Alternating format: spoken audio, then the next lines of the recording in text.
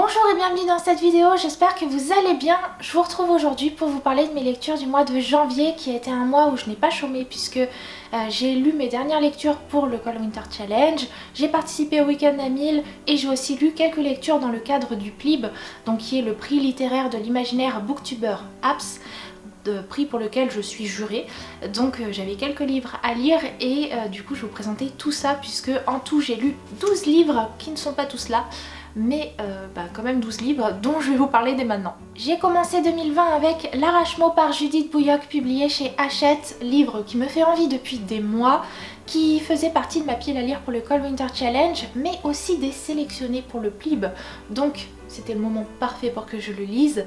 J'avais quand même quelques appréhensions sur ce livre puisque c'est beaucoup comparé à La Passe-Miroir. Alors ce qu'il faut savoir, c'est que effectivement l'autrice s'est inspirée de La Passe-Miroir. Dans ce livre on suit l'histoire d'Iliade qui a un don puisque elle est capable de donner vie aux mots, donc lorsqu'elle raconte une histoire, littéralement on peut voir l'histoire sous nos yeux et ça c'est juste magique.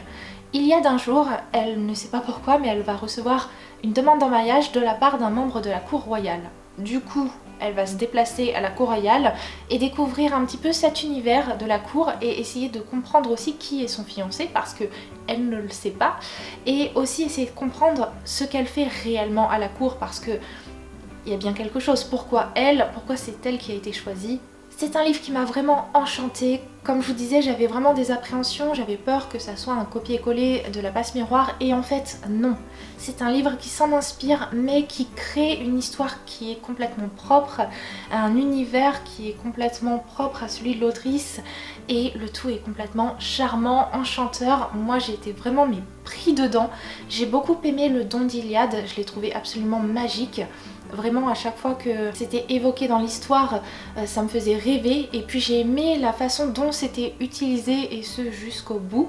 J'ai aimé essayer de chercher qui était Lord Darlin, donc le fiancé d'Iliade, et lorsqu'on sait enfin qui c'est, j'ai aimé en fait découvrir peu à peu ce personnage. Et puis il y a vraiment cette question de pourquoi Iliade, et lorsqu'on en sait un peu plus sur toute cette histoire, enfin ça, là encore j'ai été charmée en fait, j'ai vraiment aimé cette intrigue. J'en ai pris plein dans les yeux vraiment avec ce livre. J'ai vraiment aimé. Le livre aurait pu faire quelques chapitres en plus parce que je crois que c'est un one shot et il fait que 300 pages, donc ça va très vite et c'est juste trop bien. Enfin moi je me suis régalée, c'est ma première lecture de 2020 et c'est un coup de cœur, voilà. Ensuite j'ai lu Fleur captive, le premier tome de la saga Fleur captive par Virginia C. Andrews, publié chez Françoisir. Je l'ai lu en lecture commune avec Margot de la chaîne Margot Liseuse et Anaïs de la chaîne Le Monde des Ilas. C'est donc un premier tome qui va nous raconter une histoire un petit peu glaçante, puisqu'en fait c'est une histoire de famille. Il y a 4 enfants qui ont perdu leur papa et la maman, suite à ça, elle se rend compte qu'elle ne pourra pas gérer ses enfants financièrement, donc elle va demander de l'aide à ses parents avec lesquels elle est en conflit. C'est une histoire un petit peu compliquée, mais en gros tant qu'elle ne se réconciliera pas avec son père, eh bien les enfants vont pouvoir séjourner chez leurs grands-parents mais de manière cachée, c'est-à-dire qu'il n'y a que leur grand-mère qui est au courant de leur présence et du coup leur grand-père pour l'instant ne doit pas connaître leur existence et donc les enfants sont relégués au grenier. Alors certes le grenier est grand, mais les enfants vont devoir y vivre quelques jours, sauf que visiblement la réconciliation entre le grand-père et la mère prend du temps, donc ça va se transformer en quelques semaines, puis quelques mois, puis quelques années. Des années pendant lesquelles 4 enfants vont uniquement vivre dans un grenier.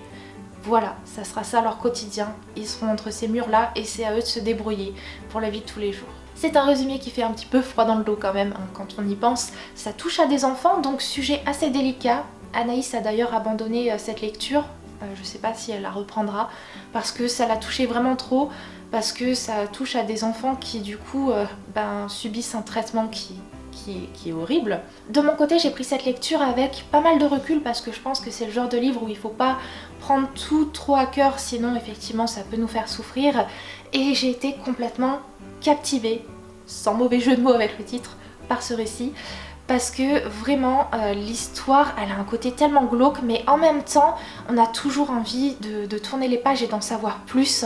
En plus c'est vraiment un univers avec tout plein de secrets de famille, on le sent, et on sent que dans ce premier tome on n'a pas tout vu, vraiment. Là on comprend pourquoi il y a 5 tomes parce que vraiment il va y avoir plein de choses à creuser. Moi j'ai déjà fait quelques petites hypothèses.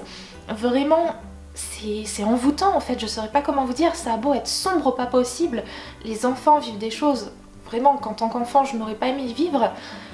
Mais en même temps, en tant que lectrice, je suis complètement envoûtée et du coup ça l'a fait pour moi et j'ai très envie de connaître la suite, donc très hâte de lire le tome 2. Ensuite, lecture que j'ai lue dans le cadre du PLIB, alors petite parenthèse, hein, dans le PLIB en ce moment nous avons 20 titres qui sont sélectionnés pour être des finalistes. On lit ce qu'on veut sur les 20, voilà. Le but c'est d'en lire quand même quelques-uns pour pouvoir voter ensuite pour 5 titres, mais on n'est pas du tout obligé de tous les lire, donc moi j'ai vraiment choisi les titres qui me plaisaient le plus, voilà. Dans le lot, il y avait un livre qui me rendait vraiment curieuse, qui est le premier tome de la saga Rouge Champ et Noir Corbeau, c'est L'apprentie faucheuse par J. Robin, publié chez les éditions Le Héron d'Argent, qui nous raconte l'histoire d'Amélia qui était une servante il y a de ça quelques années, je crois que c'était dans les années 1800. Et Amélia va assister à quelque chose qu'elle n'aurait jamais dû voir, du coup elle va être tuée. Sauf qu'à sa mort, Amélia, on l'a transformée en faucheuse, donc elle va découvrir tout un autre monde. Son rôle ça va être du coup de ramasser les âmes, et pour l'accompagner elle a le droit de choisir un Ankou.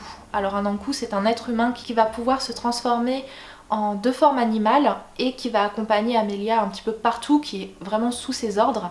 Amélia, elle, elle va décider comme un coup de choisir son meurtrier. L'histoire commence, on se situe donc 150 ans après, à peu près. Amélia, donc ça fait 150 ans qu'elle est faucheuse avec son Ankou. Les deux n'arrêtent pas de se chamailler. Ça a été un petit point qui m'a peut-être un petit peu agacée. Parce que au départ on comprend très bien qu'Amélia elle est très envie de se venger sur cette personne qui est son meurtrier, mais au final je trouve que c'est tourné petit à petit d'une telle façon dans le récit que ça m'a agacée et que le personnage d'Amélia m'a agacée, alors qu'au final, au départ, c'est elle la victime. Après, j'ai beaucoup aimé l'univers de cette saga. C'est vraiment ce que j'ai trouvé le plus intéressant dans ce récit. C'était vraiment bien développé, peut-être même un peu trop, parce que les 50 premiers pourcents du livre, c'est que ça, c'est vraiment de l'introduction. Alors, il se passe plein d'actions pour autant, donc on s'ennuie pas, mais on découvre vraiment l'univers d'Amélia en fait. Et c'est vrai que c'est très introductif, et moi en lisant ces pages, même si vraiment je ne m'ennuyais pas, je me disais un peu bon ok c'est très sympa tout ça, mais ça nous amène à quoi? Et au bout de 50% du livre, ça y est, il y a un événement majeur qui arrive, qui déclenche vraiment l'histoire et on rentre dedans. Et c'est très bien, honnêtement, c'est très plaisant à lire. Après j'avoue que pour un tome 1, moi ce que j'aime bien dans les sagas, c'est lorsque je lis un tome 1, d'avoir quelques questions évidemment, mais aussi d'avoir déjà des réponses qui nous amènent généralement à nous poser d'autres questions.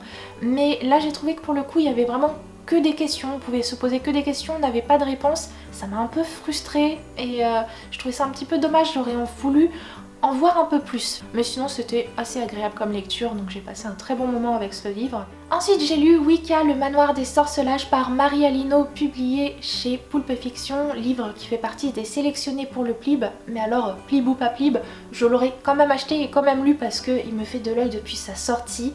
C'est un univers autour d'une famille de sorciers wiccans, donc bon déjà ça m'a rendue hyper curieuse.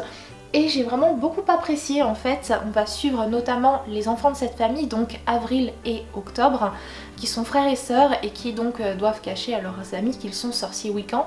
Et ils traînent très souvent avec Nour notamment, une de leurs amies qui elle ne doit pas connaître leurs secrets. Dans la petite ville où tout ce monde habite, il va se passer une certaine catastrophe et du coup Avril et Octobre vont devoir s'en mêler pour pouvoir essayer de régler la situation et qu'il n'y ait plus de problème. Oui c'est flou dit comme ça, mais bon j'ai pas non plus envie de vous raconter toute l'histoire, ça serait dommage. En tout cas j'ai vraiment beaucoup apprécié cette lecture, ça se lit super vite parce qu'il y a 200 pages. Les pages à l'intérieur c'est assez mignon, il y a des petites décorations, c'est tout joli. Et l'histoire en elle-même, elle m'a plutôt charmée. J'ai aimé cette famille, j'ai aimé l'univers magique. Je trouve que pour un livre plutôt jeunesse, l'univers wiccan est quand même pas mal développé dans le sens où on découvre pas mal de choses sur cette magie-là. Et du coup ça m'a vraiment bien plu. Ensuite j'ai lu La fille de l'hiver par Eowyn Ivey, publié aux éditions 10-18, qui était le dernier livre de mon Cold Winter Challenge et un livre qui me tente depuis assez longtemps, qui me rend vraiment curieuse depuis des années. Et là ça y est, je l'ai lu. Ce livre c'est une sorte de conte moderne, on va suivre l'histoire de Jack et Mabel qui ont perdu un bébé. et suite à ça ils ont tellement de mal à s'en remettre qu'ils vont partir s'exiler en Alaska. Sauf qu'on est au début des années 1900, donc il n'y a pas tous les moyens d'aujourd'hui. Donc eux ils arrivent en Alaska, dans cet Alaska tout enneigé. C'est à eux de construire eux-mêmes leur maison et de se dépatouiller pour vivre. Et du coup on va suivre leur quotidien un petit peu. Et un jour il va énormément neiger et tous les deux vont aller dehors. Et pris d'une envie soudaine comme ça, ils vont tellement s'amuser qu'ils vont faire un bonhomme de neige. Et à ce bonhomme de neige ils vont mettre des petits vêtements. Sauf que le lendemain matin, le bonhomme de neige il a disparu. Et les vêtements aussi. Donc ça c'est un petit peu suspect. Et puis, chose très bizarre, il y a une petite fille qui rôde près de chez eux et qui porte ses vêtements. Et cette petite fille est accompagnée d'un renard. Ce livre est sans doute mon deuxième coup de cœur de l'année. Oui, on a fait fort quand même en ce mois de janvier, mais honnêtement je me suis régalée avec mes lectures et celle-ci, c'était juste quelque chose. C'était incroyablement beau, poétique, vraiment un vrai conte moderne, je crois qu'on peut pas dire autre chose. Ne serait-ce qu'avec ce personnage de la petite fille, enfin voilà, ce personnage et toute la magie qu'il y a autour d'elle du début à la fin du livre, c'est quelque chose que j'ai trouvé juste tellement incroyable. Ce que j'ai aimé aussi dans ce livre, c'est le côté très hivernal. C'est vraiment un livre à lire l'hiver parce que je n'ai jamais eu autant froid en lisant un livre. Je vous assure, c'est tellement bien raconté qu'on y est, on s'y croit et puis on suit le quotidien en plus de Jack et Mabel. Alors un quotidien dans lequel ils doivent se dépatouiller pour se nourrir notamment. Donc peut-être que ça plaira pas à tous les amoureux des animaux. Moi honnêtement j'aime bien les animaux, ça m'a pas trop dérangé, mais bon, on sait jamais, ça peut peut-être déranger des âmes un petit peu plus sensibles. Mais sinon, le reste de l'histoire est tellement enchanteur en fait. Toutes ces questions, toute cette magie autour de la petite fille, c'est tellement incroyable que je peux que vous recommander cette lecture si jamais elle vous tente parce que c'est vraiment unique en son genre. Du coup, en terminant La Fille de l'hiver, j'ai clôturé mon Cold Winter Challenge. Je m'étais fait une pile à lire pour cette édition de 12 livres. J'en ai lu 10. Abandonné 2 malheureusement, mais en tout cas voilà, les 12 livres sont passés entre mes mains, donc résultat plutôt satisfaisant. Ensuite dans le cadre du clip, j'ai lu le premier tome de la saga Les Héritiers d'Higashi qui est Okami Hime par Clémence Godefroy, publié chez les éditions du Chat Noir. Livre que j'ai choisi parce que il faisait partie des éditions du Chat Noir et généralement je suis pas déçue avec leurs publications.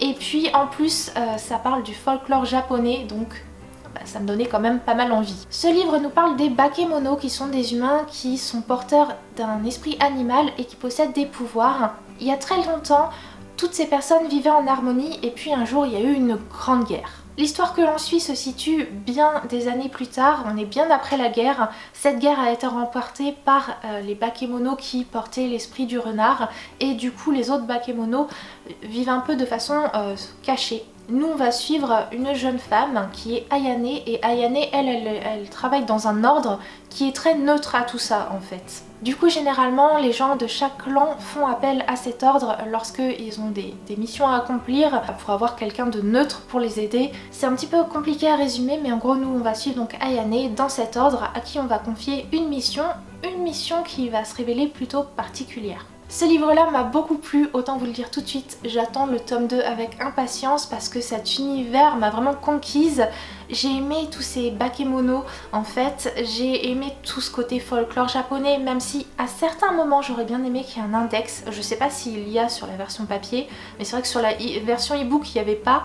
Et il y a tellement parfois un vocabulaire très spécifique que j'aurais aimé avoir un endroit où pouvoir aller lorsque dans le récit je tombais sur ces mots-là. On suit cette histoire notamment à travers le point de vue de 3 personnages féminins, donc ça c'est assez intéressant parce que elles ont chacune leur vision et leurs petites choses à apporter à cette histoire qui fait que le tout est vraiment prenant, intéressant. On sent qu'il y a encore plein de choses à découvrir et moi j'ai envie d'en savoir vraiment plus parce que ce premier tome m'a vraiment mis l'eau à la bouche. Ensuite c'était le premier week-end à 1000 de 2020. Alors si vous me suivez sur Instagram, vous le savez, j'ai tendance pour les week-ends à 1000 à choisir des livres bulles en fait, manga et autres, parce que ça se lit assez rapidement, assez facilement et j'ai pas envie forcément de rusher entre guillemets des romans. Donc là pour le coup je m'étais fait une petite sélection de mangas pour cet effet là, pour ce week-end à 1000 là. Et le premier c'est le tome 5 de l'Atelier des Sorciers par Kamome Shirahama, publié chez Pika Éditions. Dans cette histoire en fait, au tout départ on suit le personnage de Coco qui a toujours été intriguée par les sorciers, qui elle rêve d'être une sorcière et un jour elle va voir un sorcier pratiquer de la magie elle va comprendre comment ça fonctionne, elle va lancer un sort, sauf que ça va créer de gros désastres, notamment sur sa maman qui va en pâtir, et du coup par la suite des choses, elle va se retrouver elle-même apprentie sorcière. J'ai beaucoup aimé ce tome 5 parce que je l'ai trouvé riche en révélations. Alors ce sont pas des révélations qui m'ont surprise, mais ce sont des révélations que j'attendais parce que depuis le début de l'histoire, on a un petit peu des informations dispatchées par-ci par-là. Là ça y est, c'est vrai qu'avec ce tome 5, tout s'enclenche. Et on sent que ça va nous amener encore vers d'autres choses vraiment intéressantes. Donc j'ai passé un très bon moment avec ce petit tome là. Ensuite, toujours lors du week-end à 1000, j'ai lu le tome 3 de Fruit Basket Another par Natsuki Takaya, publié chez Delcourt. Livre que j'attendais avec beaucoup d'impatience parce que les 2 premiers tomes de cette trilogie sont sortis en 2018. Celui-là est sorti fin 2019 et il y avait quand même plus d'1 an d'écart entre la sortie du tome 2 et la sortie du tome 3. Sachant que celui-ci c'est un petit peu le dernier tome, donc j'avais quand même hâte d'avoir la fin. Mais avec le temps qui passait, je me rappelais plus de tout en fait. Du coup, pour le week-end à 1000, j'ai relu les 2 premiers tomes et ensuite j'ai poursuivi avec le tome 3. Alors je me souviens que je me suis posée dans mon canapé le samedi après-midi du challenge avec les 3 tomes et j'ai passé mon après-midi avec cette histoire et je me suis régalée. Fruit Basket Another, ça se situe des années après Fruit Basket, la série de base, puisqu'en fait là les personnages principaux ce sont les enfants des héros de Fruit Basket. Et à ça va s'ajouter le personnage de Sawa Mitoma. Je me souviens que lors de ma première lecture des 2 premiers tomes, je les avais lus avec beaucoup de second degré, je les avais pris limite pour un petit peu une parodie. Et en fait là lors de cette relecture, je les ai pris au premier degré. Et j'ai beaucoup plus apprécié cette histoire. J'ai remarqué encore plus de détails. Alors je sais pas si c'est le fait d'avoir enchaîné les tomes, je pense que si, ça aide forcément. Mais j'ai encore plus apprécié ce que je lisais. J'ai remarqué tellement plein de choses et tout s'enchaînait tellement bien. Et du coup lorsqu'est arrivé ce tome 3, enfin en tout cas ma lecture de ce tome 3, j'avais qu'une hâte, c'était de connaître la fin. Et les révélations m'ont beaucoup touchée finalement. C'est une petite histoire, en 3 tomes on peut pas montrer beaucoup de choses. Mais déjà ce qu'on voit c'était hyper plaisant. Et puis j'ai aimé l'histoire autour de Sawa parce que finalement ça aborde la thématique de la violence psychologique de certains parents envers leurs enfants et j'ai trouvé ça hyper intéressant en fait. J'ai aimé cette trilogie, c'était vraiment chouette et finalement elle me laisse un impact bien plus important que ce à quoi j'aurais pu penser en fait. Toujours pendant le week-end à 1000, j'ai quand même commencé un roman parce que j'avais très envie de le lire et puis je me suis dit je veux pas mettre la pression, si j'atteins les 1000 pages en cumulant donc les pages du roman lu avec celles des mangas, tant mieux. Sinon tant pis, hein, voilà, je pensais pas du tout les atteindre et j'ai finalement lu 960 pages donc c'était pas mal. Donc ce roman c'est le premier tome de la saga Les Brumes de Cendrelune qui est donc le Jardin des âmes par Georgia Caldera, publié chez J'ai lu. Livre qui, qui de base ne m'attirait pas plus que ça et en fait j'ai vu tellement de bons avis par les autres jurés du PLIB que je me suis dit allez pourquoi pas. Ce livre c'est une dystopie et on va suivre le personnage de Céphiz qui très jeune a subi l'horreur devant ses yeux puisque sa famille a été exécutée. Alors ce qui s'est passé c'est qu'en fait on est dans un monde où désormais un dieu, le dieu Orion, entend les pensées de chacun. Et du coup dès que les gens ont des pensées négatives envers lui, ils sont exécutés. C'est ce qui est arrivé à la famille de Céphiz, notamment à ses parents. Elle, Céphiz, elle n'a pas non plus été loupée, puisque à cause de la traîtrise, entre guillemets, de la mauvaise pensée de ses parents, eh bien, on lui a coupé, je crois que c'est un bras et une jambe, et à la place, elle a des membres en métal. Donc voilà, univers hyper réjouissant, tout le monde est très content avec ce dieu Orion, évidemment. Donc nous, on va suivre évidemment le point de vue de Céphiz, mais pas que, on suit plusieurs points de vue et le tout est assez intéressant, l'univers est assez prenant, les chapitres sont très courts donc ça honnêtement on tourne les pages et on voit pas le temps venir, on se dit bon allez je lis encore un chapitre et puis finalement on en lit encore 4, 5, 6 parce que c'est très court et ça va très vite mais en même temps c'est hyper captivant, il se passe vraiment plein de choses, plein de détails, il y a une sorte de romance par romance entre 2 personnages qui pour le coup m'a pas trop dérangée même si je suis pas très romance. J'ai trouvé vraiment que l'histoire était vraiment assez palpitante. On a envie d'en savoir plus, on a envie de connaître plus de choses sur ce monde. Il me semble que le tome 2 sort vraiment très bientôt, au mois de mars ou quelque chose comme ça. Et très franchement, il se pourrait bien que je le lise parce que j'ai très envie de connaître la suite. Et enfin, dernière lecture de ce mois de janvier, c'est Baba Yaga qui est le premier tome de la saga Nixie Turner contre les Croque-Mitaines par Fabien Clavel, publié chez les éditions du Chat Noir dans leur collection Chaton,